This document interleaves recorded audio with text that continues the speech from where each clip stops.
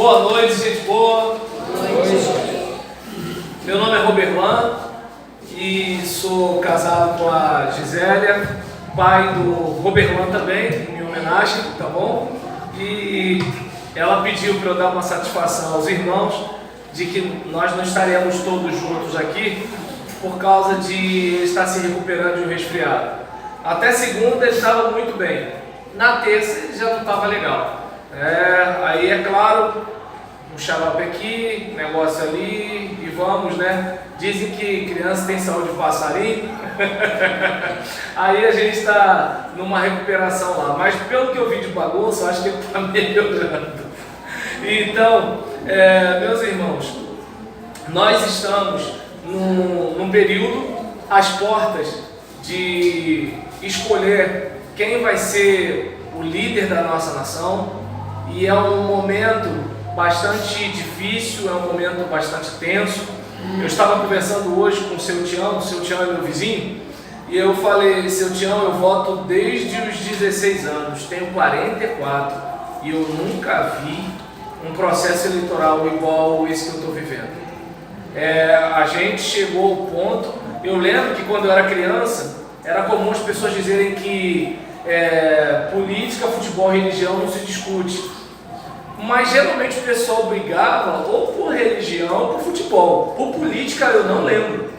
E hoje a gente está vivendo um tempo de pai ficar com bronca de filho, marido com bronca de esposa, vizinho com bronca de vizinho e pasmem, gente da mesma igreja se desentendendo. E as redes sociais estão aí. Eu costumo brincar dizendo que eu sinto saudade do tempo que eu ia no Facebook e ficava com inveja dos outros, né? O pessoal lá com aqueles barcos, aquelas praias bonitas, aquela coisa toda. Hoje não tem mais isso. Hoje é só Haddad e Bolsonaro, Haddad e Bolsonaro, Haddad e Bolsonaro. Para dar uma relaxada, tem o Wilson Witzel e tem o Eduardo Paes, e o pessoal se desentendendo. Então, eu gostaria de compartilhar com vocês um texto que está em 1 Timóteo, capítulo 2, versículos 1 e 2. 1 Timóteo, capítulo 2, versículos 1 e 2.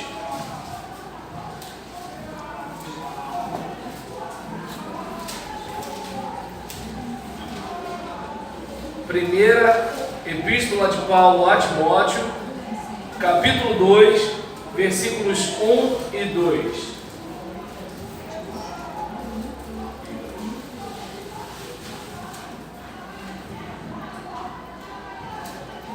Quem achou, ajuda o colega.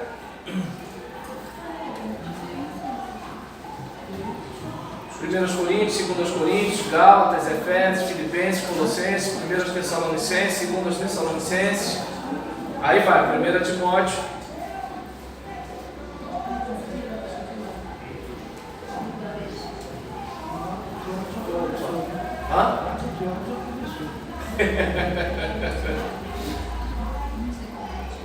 Aqueles que já acharam, coloquem-se de pé, por favor.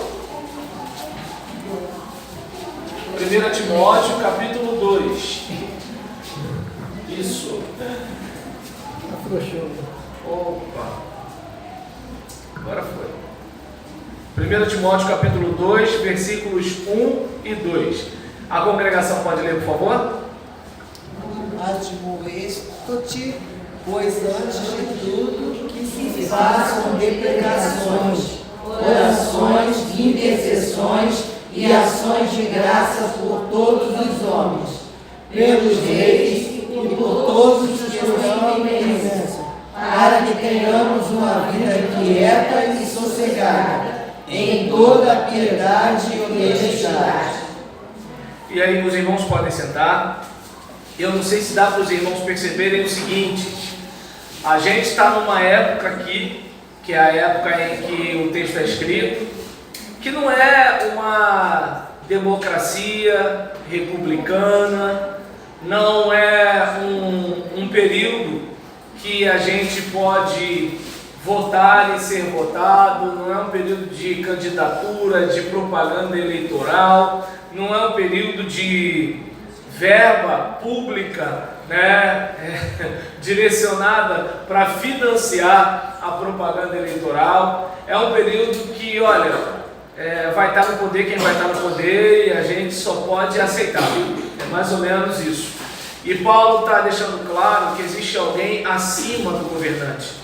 Paulo está deixando claro que acima de alguém que tem autoridade, tem alguém com poder e autoridade. Paulo está deixando claro que a força da igreja não está na panfletagem, não está na disputa política. A força da igreja está no sobrenatural, está na oração, está falando com Deus, aquele que é quem estabelece os reis e quem os faz cair. E é importante a gente lembrar disso. Por quê? Porque parece que com o passar do tempo a gente vai perdendo um pouco essa consciência. Na minha infância era comum, como não havia o telefone celular, eu não esqueço o primeiro celular que a gente teve lá em casa, nem eu pude comprar, foi meu sogro que deu de presente para minha esposa, um Ericsson desse tamanho, a gente chamava de tijolão, é uma arma aquele negócio. E aí, isso foi mais ou menos há quase uns 20 anos atrás. Então, quando eu era criança, não existia isso. Só aquela pessoa da rua que tinha uma condição um pouquinho melhor, que tinha um telefone, e todo mundo ia na casa daquela pessoa, e alguns que eram um pouco mais espertos botavam tantos reais para ligar. Então, alguns aqui devem lembrar dessa época, era comum a gente comprar as fichas para colocar no orelhão, falecido orelhão, não sei quantos lembram disso. E num tempo como aquele, era comum que quando o filho da dona, passava de 11, meia-noite, é interessante, porque hoje, 11, meia-noite, a garotada está saindo, E aí, há um tempo atrás, 11, meia-noite era a hora de já estar em casa. Quando era menor, então, 10 horas da noite já estava em casa. E nesse caso, eu lembro que era comum, o quê? A mãe dobrar o joelho para orar. Meu Deus, onde está meu filho, esse negócio? Agora não, com a tecnologia, em vez da irmã orar, a irmã pega o WhatsApp, onde você está, seu cachorro? Cadê você? Estou preocupada, Então, a gente percebe que com o advento da tecnologia, muita coisa ficou diferente. E, infelizmente, as pessoas elas vão levando isso também para outras áreas da sua vida, inclusive nessa. Aquela ideia de, Senhor, coloca alguém lá, segundo o teu coração, não. É toda uma movimentação política. Porque se não for fulano, porque se não for Beltrano, porque se não for não sei o quê, quando o caminho mais adequado deveria ser o quê? Senhor, o Senhor sabe o que é melhor para nós. Ah, mas a igreja vai ser perseguida. Será que de repente uma perseguição não deixaria a gente um pouco mais crente? Porque qual é a igreja que mais está precisando de oração? A igreja perseguida lá no Oriente, em que os crentes morrem, ou a igreja livre aqui, que o pessoal não vai para o culto porque chove, não vai para o culto porque faz sol, não vai para o culto porque tem poeira, não vai para o culto porque tem lama? Vamos pensar bem, qual é a igreja que está exercendo mais fé? Qual é a igreja que está dando mais testemunho? Porque o testemunho deles chega aqui. Agora, será que o nosso chega lá? Ou será que o que chega lá são essas coisas que a gente vê aí acontecendo no mundo evangélico da mídia, por exemplo? Os nossos populares, seja da política, das artes, do direito, seja o que for. Inclusive os próprios pregadores. Então é importante a gente olhar para isso e verificar que Deus sabe por que as coisas acontecem. Eu não estou dizendo, pelo amor de Deus, irmãos, eu não estou dizendo que eu quero que haja uma perseguição à igreja. Não estou dizendo isso. Eu só estou dizendo que não é na caneta da lei que a igreja tem vitória. A igreja tem vitória no poder do Evangelho. A igreja tem vitória pelo sangue de Jesus. A igreja tem vitória porque nós nos chamamos pelo nome do Senhor. A igreja tem vitória porque no mundo espiritual, principados e potestades levam coça todo dia do Senhor. Então a gente tem vitória porque Deus está cuidando da nossa vida. Então é importante a gente lembrar disso, principalmente nesse pleito. É importante a gente lembrar disso nessa campanha eleitoral. E aí Paulo está dizendo que, olha, antes de tudo, ou seja, antes de qualquer coisa, o que eu recomendo que vocês façam? Que vocês supliquem. Suplicar a gente sabe, né? É você estar ali pedindo desesperadamente, como se fosse a coisa mais importante da sua vida. E aí eu pergunto, quem quer, seja um candidato ou outro, está aos pés do Senhor pedindo confirmação e revelação da sua vontade? Ou está tentando arrumar um jeito de convencer os outros politicamente para conseguir colocar aquele candidato lá? Essa é a questão, né? Então é importante a gente lembrar disso.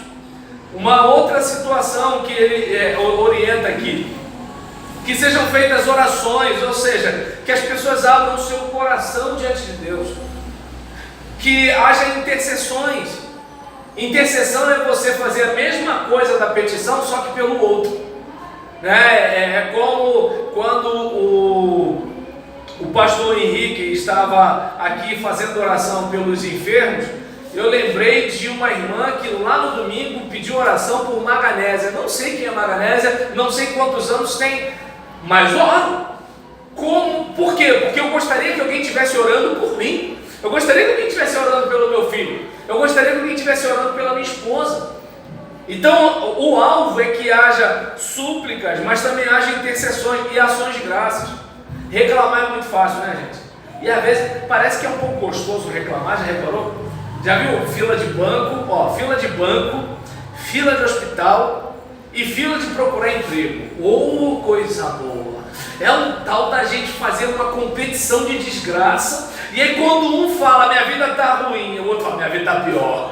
Eu tenho uma dor de cabeça, eu tenho uma dor de cabeça e dor de ouvido. Aí, percebe? É assim, a gente tem uma tendência muito grande de murmurar. E eu não sei se dá para perceber que até mesmo nas coisas ruins, Deus providencia coisas boas para as nossas vidas. Por exemplo, a história de José. José, se ele ficasse lá na casa dos seus pais e não fosse vendido como escravo, o máximo do máximo do máximo seria o quê? Ser herdeiro do seu pai, corria risco de não herdar nada, porque veio fome na terra. Então ele ia ser, né, herdeiro de quase nada. Foi vendido pelos seus irmãos, foi injustiçado, foi maltratado, sofreu, chorou, mas ele se tornou o primeiro-ministro da maior potência do seu tempo. E aí, eu lembro de uma frase que o pastor Jeremias Pereira cita, falando de um teólogo chamado J. Parker, em que ele fala o seguinte, né, que todo dano traz um presente dentro de si. Vou pegar um exemplo simples, né? Eu acabei de falar do meu bebê e nós, né, vivemos um momento muito legal na nossa vida, porque nós temos 20 anos de casado e ele deixou para nascer agora. Então a mãe fica com dor na lombar, eu também fico com dor na lombar e ele mexe tudo, né, e tal. Tá rindo, irmão, o negócio é sério. E aí o que acontece? É uma correria lá em casa, né? Eu costumo brincar dizendo que enquanto a gente tenta resolver problema, ele tenta caçar problema, né? E a vida da gente é assim, né? E nessa situação toda, a gente hoje tem a maior alegria. Por quê? Por causa de 20 anos de ausência. Aí, às vezes eu olho alguns casais que ficam chateados porque têm filhos, estão tristes porque têm filhos, alguns vão para o aborto, aquela coisa todinha, porque não sabem o que é 20 anos sem uma criança. Então, ele dá trabalho? Dá vontade de dormir? Dá. Às vezes eu fico injuriado porque eu penso, agora ele está dormindo, ele vai fazer assim. Ai, que raiva. Mas assim, como é bom ter o meu filho. Mas eu só descobri isso passando 20 anos sem ele. Então eu não sei se dá para perceber que às vezes Deus deixa a gente passar algumas coisas, porque Deus está moldando a gente, está preparando a gente. Como digamos, eu vou pegar um exemplo simples, o meu caso com a minha esposa. Eu, antes de namorar minha esposa, eu não dava sorte com o namorado. Para ter uma ideia, né, acho que foi a última menina que eu fiquei interessada nela, era uma colega de escola, que eu tinha o maior romance pela menina. Aí um colega meu falou falou assim, olha, eu vou te contar porque você é meu amigo, mas não tem a fulana, né? Pô, saí com ela, velho. Mas eu tô te contando porque eu sou teu amigo, né? Aí eu olhei assim, eu falei, a vida não presta. Mas assim, e aí várias desilusões. Até que quando eu encontrei a Gisélia, eu tentei preservar a Gisélia como se fosse uma joia que eu tinha encontrado. Aí talvez alguém diga, pastor, mas eu não quero ficar passando por um monte de problema para valorizar as coisas. Não precisa. Você pode valorizar o que você tem. De repente, pode ser um carro velho que está pago. Você não está com prestação, não tem ameaça de busca e apreensão na sua casa. De repente, pode ser uma mãe reclamando no seu ouvido e você tem mãe. Eu queria que minha mãe estivesse viva para estar reclamando no meu ouvido. Entende? Ou de repente, você está tendo todo um cuidado do mundo, né, com o pai idoso, porque você tem pai. Tem gente que gostaria de estar cuidando do pai idoso no leito de um hospital, mas não tem mais isso. Então não sei se dá para perceber que tem muita coisa que aparentemente é ruim, mas é Deus fazendo alguma coisa na sua vida e cuidando de você. Agora, vamos falar da parte que você mais está interessado, que é falar um pouquinho sobre a liberdade que a gente tem, mas uma liberdade que a gente submete a Deus. Porque Deus, Ele quer amor e obediência de seres livres. Algumas pessoas dizem assim, mas se Deus sabe quem vai para o inferno e quem não vai, por que Deus traz as pessoas à existência? Porque Ele não quer, eu vou deixar de trazer a pessoa à existência porque ela vai me rejeitar. Deus não é igual a gente. Se as pessoas quiserem rejeitar, ela está rejeitada. A gente quer obrigar as pessoas a crer em Deus. A gente quer transformar o Brasil numa igrejinha. A gente quer transformar a vida dos outros. A gente quer mudar a vida do colega na escola. Deus não. Deus está dizendo através de Jesus o quê? Quem tiver sede, vem a mim e beba. Não tem sede, não quer vir, vida que segue. Ou seja, Deus nunca está obrigando nenhum de nós a nada. Se um dia eu falar assim, Senhor, cansei desse negócio de ser pastor, e aí eu começo a contar aquele monte de coisa que o pastor sabe que passa na vida, né? Aí nisso, eu posso falar, Deus não vai deixar de me amar por causa disso. Eu vou fazer uma escolha. Se de repente eu chegar e falar assim, Deus, cansei da minha mulher, não quero mais ficar casado, vai, Roberlan. Eu vou colher as consequências dos meus atos, mas Deus não vai botar um anjo na porta da minha casa dizendo, Roberlan. Ele não vai fazer isso, porque Deus quer amor e obediência de seres livres. Eu estou aqui porque eu amo a Deus. Eu estou aqui para compartilhar a palavra com vocês, a minha experiência cristã com vocês, por amor a Deus. Entende? Eu, por exemplo, quero ser o melhor marido que eu puder, quero ser o melhor filho que eu puder, quero ser o melhor pai que eu puder, por amor a Deus. Então Deus, Ele cria as pessoas e dá a elas liberdade. E a gente precisa lembrar disso, inclusive para orar.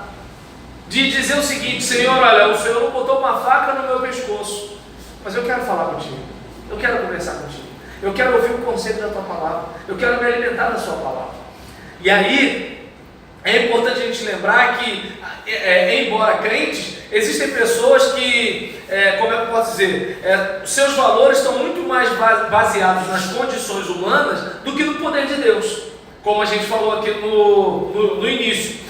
Por isso essas pessoas elas vão rejeitar a pregação, elas vão rejeitar a admoestação da igreja acerca do pecado, a exortação da igreja, elas vão rejeitar a advertência da igreja em relação ao diabo e ao inferno. Vamos ser sinceros, geralmente quando alguém cumprimenta você porque você trouxe uma boa palavra, é por quê? Porque você falou uma coisa que ela gostou, não é porque você falou uma coisa bíblica. Quem é que prega sabe do que eu estou falando. Geralmente nós somos cumprimentados por aquilo que as pessoas gostam de ouvir.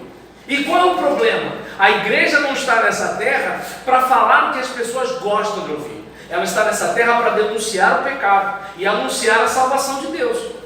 Porque se as pessoas não reconhecerem uma doença chamada pecado, por que elas vão querer um remédio chamado graça divina? elas não entendem que precisa de salvação, alguém tem que contar para elas. E aí, existem pessoas que não dão valor a isso, não dão ouvido a isso, e por causa dessa resistência carnal à ação da palavra de Deus, onde não há liberdade religiosa, como o caso das igrejas no Oriente, por exemplo, cristãos pagam com a vida pelo preço da mensagem que pregam. Daí, eu até falei isso lá na igreja da Paulicéia, que eu me sinto constrangido quando eu olho o que os crentes passam lá no Oriente e olho o que a gente passa aqui. Quer ver uma coisa? Vamos atrás das pessoas que pararam de frequentar os cultos. Aí na maioria das vezes, meu irmão, o que houve? Não, mas quer aqui? Por lá? Não, porque o pessoal agora, a igreja mudou, porque o pessoal faz isso agora, não faz aquilo, porque eu não sei quem me deu bom dia, não deu bom dia. Geralmente são coisas assim. Lá não. Por que o cara lá desiste de ser crente? Para não perder o pescoço, literalmente. E eu não sei se dá para perceber que o camarada que ele decide voltar atrás para não perder o pescoço, não é que justifique, mas você entende. E aí, por que eu deixo de seguir Jesus? Porque eu não tenho amor na igreja. Vou deixar a igreja porque ninguém me ama. No dia do pastor só me deram um par de meia. Está dando para entender? Essa gente miserável. E aí eu deixo Jesus. E eu lembro de uma música do Nascimento Silva que dizia, né? Nascimento e Silva. Por que você saiu da igreja? Que mal que Deus te fez. Largando tudo e indo embora pro mundo outra vez. E aí, tá entendendo? E aí ele fala, se foi alguma coisa que te entristeceu, isso não é motivo para largar o Filho de Deus. E aí é interessante pensar nisso, porque, vamos lá, você me magoou, o que Deus tem a ver com isso? Então esse é o motivo dos crentes de hoje deixarem o Evangelho. Só volto lá naquela igreja depois que o pastor saiu de lá. Não vou mais naquela igreja, aquelas irmãs ficam tudo com desfile de moda, que elas andam tudo arrumadas.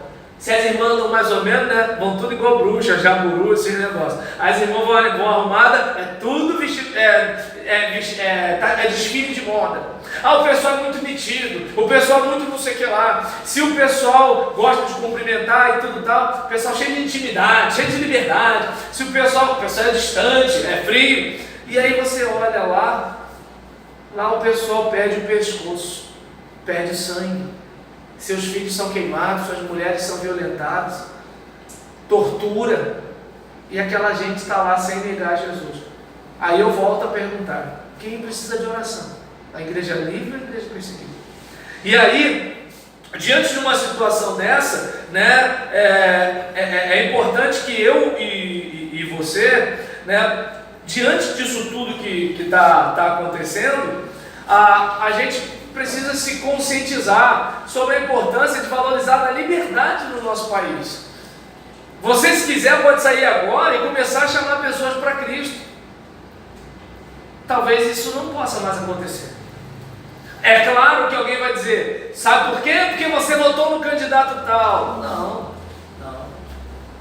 A pergunta que a gente faz é o seguinte: os cristãos creem, porque deve ter cristão, né? Mas assim, os cristãos que estão na política, os cristãos que estão nas artes, os cristãos que estão nas escolas, os cristãos que estão no direito, os cristãos que estão na própria congregação eu falo não é aqui, mas congregação, igreja, os cristãos que estão na liderança das igrejas, o que esse pessoal está fazendo de testemunho sólido?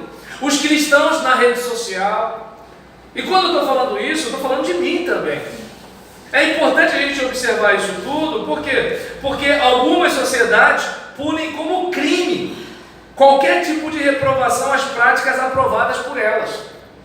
São coisas que a gente correu risco recentemente aqui com um projeto de lei, não sei se vocês lembram, PL 122, que estava ventilando várias situações né? Uma delas estava sendo sobre a legalização da prostituição como profissão, algumas situações em relação à questão da homoafetividade, que é até uma manifestação de carinho entre pessoas do mesmo sexo nas dependências de um ambiente, de um espaço religioso, poderia ser considerada homofobia. Aí a gente não sabe o que era verdade, o que era fake news e tal, mas estava um terror terrível. E aí eu não sei se, por exemplo, a propagação do evangelho, digamos, hoje eu posso pegar um texto da Bíblia que diz que a prática homossexual é pecado, mas naquele período estava havendo uma discussão se haveria possibilidade de alguém pregar isso. A gente estava lendo, eu não sei quantos lembram dessa época, tem poucos anos agora, então a gente corria o risco de repente, eu estou captando aqui o vídeo e vou botar no meu canal de YouTube, né? Roberlan Julião, palavras simples, tá bom? Vai lá, dá um like. E aí nesse caso, em relação a isso que eu estou falando aqui, talvez eu não pudesse falar. Então a mudança de leis faz isso com a gente. E aí qual é a minha preocupação? Tem que ter uma quantidade de deputado que vai me defender disso. Mas não pode ser deputado que desvia verba de merenda de criança. Não pode ser deputado, tá entendendo? Que faz alguns acordos, né, para desviar dinheiro da nação. O que adianta o camarada? Ele vai me ajuda, né, para proteger a igreja, e nessa brincadeira a igreja pode pregar, mas com as mãos sujas de sangue. Então eu não sei se dá para perceber que assim, o que a gente precisa? O que a gente precisa é fazer a nossa parte, é dar o melhor testemunho do evangelho que a gente puder dar. E aí, diante dessa situação, um pastor sério e uma igreja séria orienta os cristãos a manifestar interesse pelo futuro da nossa sociedade, sim, caso aprovem leis que limitem a nossa liberdade religiosa. Eu, por exemplo, entendo que a gente não tem que obrigar todo mundo a ser cristão. O umbandista ele tem que ser livre para ser umbandista, o candomblessista tem que ser livre para ser candomblessista. Porque hoje, se a gente entrar nessa de tomar o poder para obrigar o outro a ter a nossa religião, o dia que der uma reviravolta, também vai ter gente entrando no poder para obrigar a gente a não crer mais em Jesus. Até porque ninguém vai crer em Jesus obrigado. Jesus fala o que? Vinde a mim. É a gente que decide ir até Ele.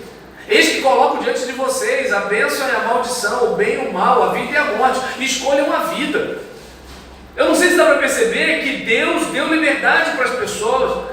Não somos nós quem vamos cercar as pessoas.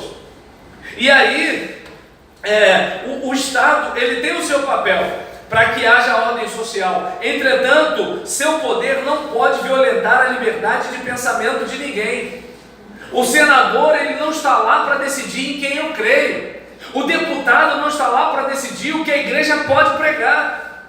E o deputado evangélico não pode ir para lá para decidir a religião do outro também. Então eu não estou precisando de um presidente religioso. Eu estou precisando de um presidente para conduzir o país. O meu desejo é que ele se converta, como é o meu desejo que o dono da birosca se converta. Porque a ideia de alguém ser crente não significa que essa pessoa vai ser boazinha. Tudo bem que aqui é Caxias, os crentes aqui são tudo, né, tudo bonzinho. Mas agora, eu sou de São João de Meriti. Em São João de Meriti tem uns crentes que pecam de vez em quando. Tá dando para entender? No domingo não pega não, só canta. Então eu não sei se dá para perceber que assim, é importante a gente lembrar que o Estado, ele não está aí para regular a nossa consciência, para mandar na nossa alma. O Estado está aí para manter uma harmonia da sociedade. Quem quer, quem não quer, quem quer crer em Deus, crê em Deus, quem não crê em Deus, não crê em Deus, né? E aí cada um segue sua vida, um respeitando o outro. Até porque, vamos e venhamos, irmãos, assim como não é para eu ficar escutando, né? Por exemplo, estou eu lá, 1, 2 horas da manhã, querendo dormir com o meu bebê, e aí tem um baile perto da minha casa, tocando Vai Malandra, e aí eu estou querendo dormir. Aí eu vou e falo, a pessoa está com o diabo, está com o demônio, está com o capeta, os 7 pele, seja lá o que for, aí estou eu amaldiçoando um monte de coisa. Mas aí meu vizinho que trabalha de madrugada, está de repente descansando, e eu estou no volume máximo tocando que quem te viu passar na prova e não te ajudou, quando vê você na bênção vai se arrepender, e sabor de mel, sabor de mel, sabor de mel, e o meu vizinho com bronca de mim. Qual é o testemunho cristão que eu estou dando? Será que para eu louvar a Jesus eu preciso acordar o meu vizinho que trabalha de madrugada? Então não sei se dá para perceber que respeitar a liberdade do outro, só uma pergunta, são 10 para 9 ali ou está diferente o relógio? Ah, tá certo? Então tá bom. Aí nesse caso, né, em relação a isso, seria... Aqui é 9 horas ou acaba antes? É 9 horas. Ah é? Ah, então tá bom. Aí nessa situação, não, enquanto um olha, dois olhos, agora três olhou, eu já pensei que aconteceu alguma coisa. E aí, em relação à questão da liberdade, a liberdade ela precisa ser defendida. Por quê? Porque o Estado mandar na alma de alguém é uma violência. É uma violência. O Estado não pode mandar na minha alma. Eu creio em Jesus. Isso era normal na época de Nabucodonosor. Isso era normal na época de Nero. Mais ou menos, porque na época de Nero os judeus tinham liberdade religiosa, os cristãos aqui não tinham. Então eu não sei se dá para você olhar comigo, né, que a liberdade do outro deve ser defendida inclusive por nós que somos cristãos. Porque a liberdade religiosa ela deve ser defendida pelo fato de que um ser humano ele tem o direito privado, né, de pensar com sua própria mente. Porque se ele não pensar com a sua própria mente, ele está sendo privado da sua própria humanidade. Como é que você vai alcançar alguém para Cristo se essa pessoa não tomar uma decisão voluntária? Quer ver uma coisa interessante? Vamos pensar no filho de crente. O filho de crente, enquanto ele tem que ir para a igreja, beleza, ele não precisa nem tomar decisão. Você vai sim, vem comigo, vamos embora. Chega uma hora que, ó, te dou um tablet, te dou não sei o que lá, não sei o que. Não, vamos para a igreja, você fica lá vendo Peppa Pig, vamos embora. Aí tu vai negociando. Quando chega numa certa idade, se ele não se converter, não adianta. Ele pode até ir, obrigado, mas a cabeça dele não está lá. Ou seja, a liberdade é um negócio que não tem para onde correr. Deus quer que sejamos livres. E é tão interessante isso, porque você pode prender alguém fisicamente, mas a cabeça dela não está presa. Então é importante isso. Quer ver? Uma criança quando faz birra, você fala, senta aí. Por fora ela está sentada, mas por dentro ela está em pé. Olha a cara com que ela te olha. Como se assim, se eu tivesse o teu tamanho, miserável. Está dando para entender? Ela está sentada, porque ela sabe que ela vai sair no prejuízo contigo. Mas agora, se ela pudesse, deu para entender? E aí, a gente precisa lembrar disso, né? Porque assim como um grupo pode praticar sua religião com liberdade, o outro também pode.